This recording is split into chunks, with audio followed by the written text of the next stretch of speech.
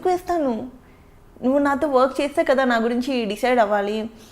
టైంకి రాదు అంటే ఇన్ని ప్రాజెక్ట్స్ ఎలా చేశాను? అండ్ ఒక్కొక్క ప్రొడక్షన్లో నేను ఖచ్చితంగా 2-3 సీరియల్స్ చేశాను. ఒక దాంట్లో కంఫర్టబుల్ ఉంటేనే కదా నెక్స్ట్ దానికి ఎంత ఉన్న ప్రొడక్షన్ ఆలోచిస్తుంది.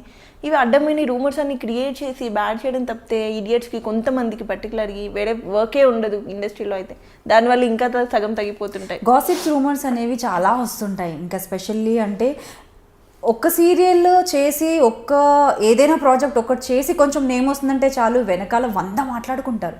అలాంటిది మీరు 15 ప్రాజెక్ట్స్ చేశారు, మంచి ప్రొడక్షన్స్లో చేశారు, చాలా హార్డ్ వర్క్ చేశారు, మీకంటూ ఒక ఫేమ్ నేమ్ ఉంది.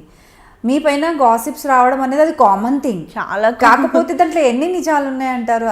ఎన్ని మీరు అంటే ఎలాంటి అనిస్తారు? ఇప్పుడు శిరీష అన్ని ప్రాజెక్ట్ చేసిందంటే ఊరికేనే చేసిందా?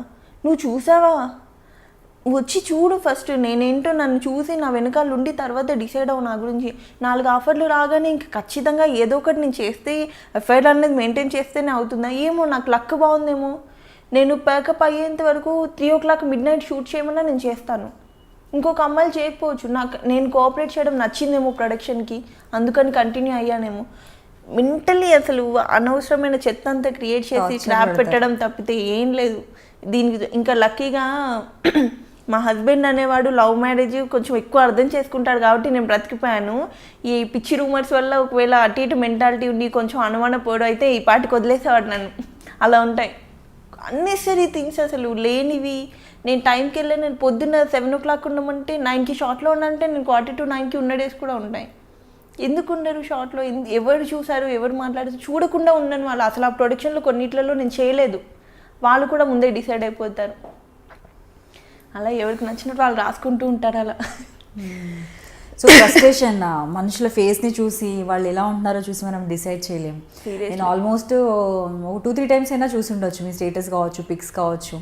అంటే మనిషిలో ఒక ప్లెజెంట్నెస్ అనేది అది గాడ్స్ గ్రేస్. ఎప్పుడు నవ్వుతూ హ్యాపీగా ఉండగలగడం, అందంగా కనిపించగలగడం, చూడగానే ప్లెజెంట్గా కనిపించగలగడం అనేది దేవుడిచ్చిన వరం.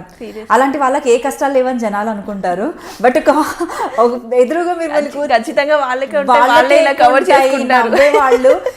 వాళ్ళు అంత స్ట్రాంగ్ కాబట్టి ఆ నవ్వులో వాళ్ళు ఎంత కష్టానైనా దాచుకుంటారు అన్నది మిమ్మల్ని చూసిన తర్వాత మళ్ళీ ఒకసారి ప్రూఫ్ అయింది నాకైతే.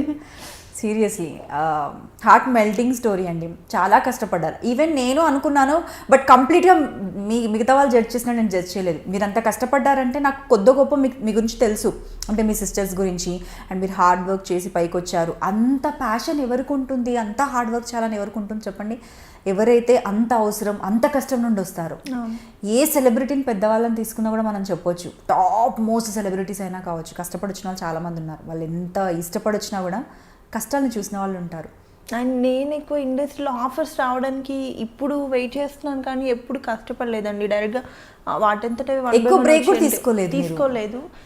సిస్టర్ అయితే రజిత చాలా కష్టపడింది. తనైతే 250 రూపీస్కి కూడా ఏదో డూబ్గా చేయమంటే చేయడం, పెద్ద పెద్ద కొండలు ఎక్కమంటే ఎక్కడము, జస్ట్ ఒక రెమ్యునేషన్ పర్ డే 250 ఇస్తా అంటే కూడా కష్టపడింది తనైతే.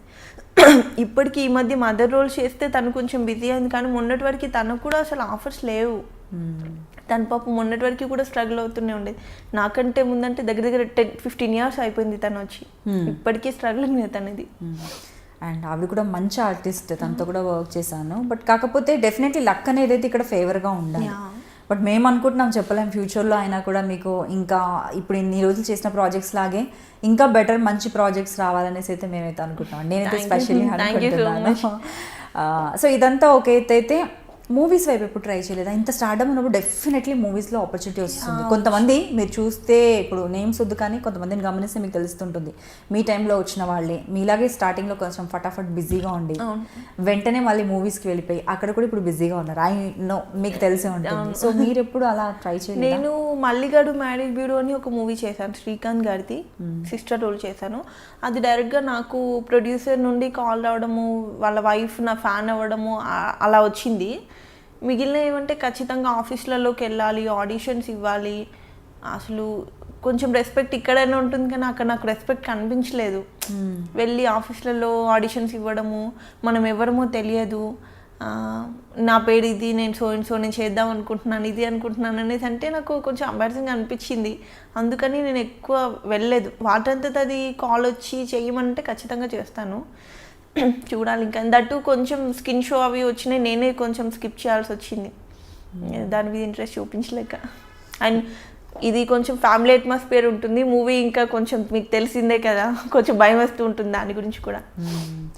సో అంటే అలా అట్లీస్ట్ ఆ క్యారెక్టర్స్ అవి ఏవైనా ఒప్పుకొని కొద్ది గొప్ప చేస్తుంటే అంటే ఇప్పుడు ఈ మధ్యకాలంలో మళ్ళీ ట్రెండ్ ఉంది వదిన క్యారెక్టర్స్ సిస్టర్స్కి కూడా మంచి మంచి రోల్స్, డైలాగ్స్ వస్తున్నాయండి ఈ సినిమాలో, డైలాగ్స్ ఈ మధ్య చెప్తున్నారు కూడా పాపం. అక్కలకు అయ్యో నేను యాక్చువల్లీ ఇదేం నేనేం సర్కాస్టిక్గా అన్నది కాదు, యాక్చువల్లీ గుడ్ థింగ్. అవును, ఇంతకుముందు మరి వెనకాల నిల్చోవడం అలాగే ఉండేది పాపం, ఇప్పుడు లేవు, డైలాగ్స్ ఉంటున్నాయి, సాంగ్స్ లో ఉంటున్నారు, సిస్టర్స్ ఎస్టాబ్లిష్ అవుతున్నారు.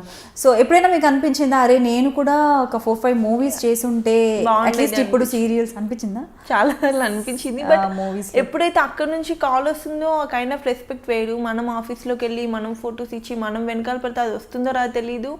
And first of all self respect అనేది చంపేసుకొని వెళ్ళిపోవాలి, ఇంకా అలా అనిపించింది. అవునా, అంతలాగా సెల్ఫ్ రెస్పెక్ట్ చాపుకునే అంత ఏముంటుందండి? ఇప్పుడు సీరియల్స్ అంటే నాకు కాల్ చేశారు, నెక్స్ట్ ఇలా స్టార్ట్ అవుతుంది ఈ టైం నుంచి, లేకపోతే ఒక స్క్రీన్ టెస్ట్ గెటప్ టెస్ట్ అంటుంటుంది, లేకపోతే వెళ్తే షూట్కి వెళ్దాము, ఇదే లేదంటే వేరే వాళ్ళని తీసుకున్నామంటే అయిపోతుంది. బట్ మూవీస్కి వచ్చేసి ఎక్కువ సర్కిల్ లేదు నాకు. First of all through coordinators వెళ్ళాలి, వాళ్ళు ఫొటోస్ ఇవ్వమంటారు, ఆడిషన్ ఇవ్వమంటారు, మనం ఏదో కొత్తగా వచ్చినట్టు అప్పుడే డైలాగ్ చెప్పాలి. ఆ మెయిన్ పెద్ద పెద్ద డైరెక్టర్స్ మనల్ని చూస్తారో లేదో తెలీదు, ఆ ఫొటోస్ వాళ్ళ వరకు వెళ్తాయో లేదో తెలీదు, ఈ ఆడిషన్ చేసిన ఇస్తారో లేదో తెలీదు. ఫస్ట్ ఆఫ్ ఆల్ మనం సీరియల్ ఫీల్డ్లో ఏదైతే రెస్పెక్ట్ ఉండి ఫేమ్ ఉందో అది వాళ్ళకి తెలీదు. మనం ఇక్కడ మినిమం ఉన్నది రెస్పెక్ట్లో హ్యాపీగా ఉన్నాం, అక్కడ పోయి చీప్ అవడం ఇది ఎందుకని ఇంకా నేను స్కిప్ అయిపోయాను అనమాట.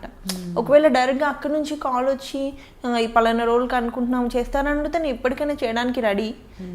చూడాలి ఇంకా.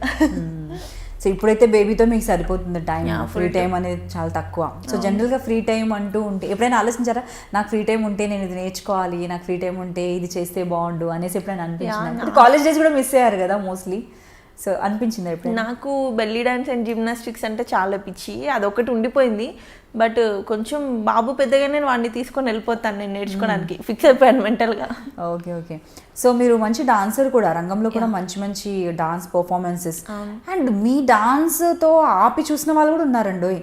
టీవీ అంటే బాగా చేశారు, మంచి ఈజ్ డాన్స్లో ఉంది, ఆ జీల్ అనేది కనిపించేది.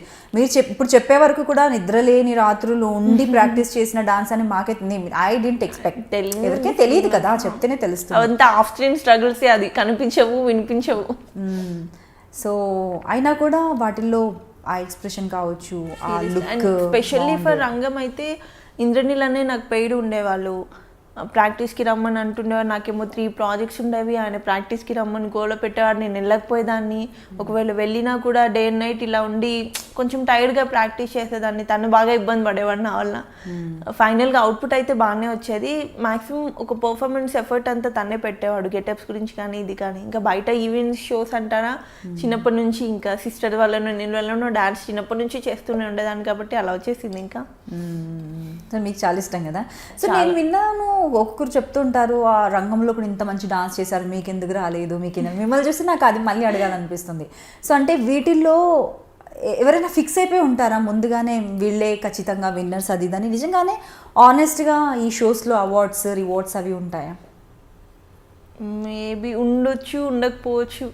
నిజంగానే సీరియస్లీ నిజంగానే మేము యాక్చువల్లీ విన్ అవుతామని అనుకున్నాం రంగంలో. మేబీ ఫైనల్ పర్ఫార్మెన్స్ సరిగ్గా చేయలేదు తెలీదు, నిజంగానే ఫిక్స్ అయిపోయి ఉన్నారో లేదా అది నిజంగా క్లారిటీ. నాకు అప్పుడు మెచ్యూరిటీ లెవెల్స్ చాలా తక్కువ, అప్పటికి నేను వచ్చి 1-2 years అయింది అంతే ఇండస్ట్రీలో. ఉండొచ్చు, ఉండకపోవచ్చు సీరియస్లీ ఇప్పటివరకు. ఎందుకంటే అంత హై రేంజ్లో ఛానల్లో మనం ఇన్వాల్వ్ అయింది లేదు. ఆర్టిస్ట్ అంటే వచ్చామా సెట్ వరకు చూసుకున్నాం అంతే ఉంటాను నేను. ఏమో. సో ఒక ప్రాజెక్ట్ మీ దగ్గరికి వచ్చినప్పుడు మీరు ఏం చూస్తారు? మీ క్యారెక్టర్ చూస్తారా, ప్రొడక్షనా, డైరెక్టరా, లేదంటే కో ఆర్టిస్టా, మీ పేరా? నా అవన్నీ ప్రొడక్షన్ అండ్ స్టోరీ, క్యారెక్టరైజేషన్ అంతే. ఇంక చుట్టూ ఎవరుండే శత్రువుని పెట్టినా చేస్తానండి నేనైతే యాక్టింగ్. నా కళ్ళ ముందు ఎంత దరిద్రపాలని పెట్టి చేయమని నేను యాక్టింగ్ చేస్తాను. అంటే ఫస్ట్ ఆఫ్ ఆల్ అది మనకు అనవసరమైన విషయం అనిపిస్తూ ఉంటుంది నాకు.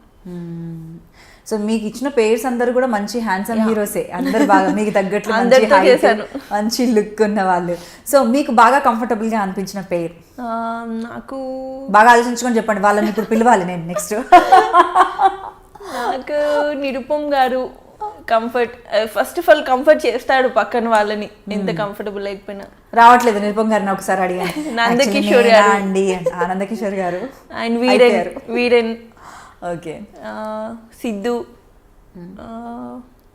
ఆల్మోస్ట్ అందరు కొంచెం సయ్యద్ కానీ నాతిచరామి హీరో ఆల్మోస్ట్ అందరూ కంఫర్టబుల్ అండి. ఎవరి వల్ల నేనైతే ప్రాబ్లం ఫేస్ చేసి ఇబ్బంది పడింది అయితే లేదు.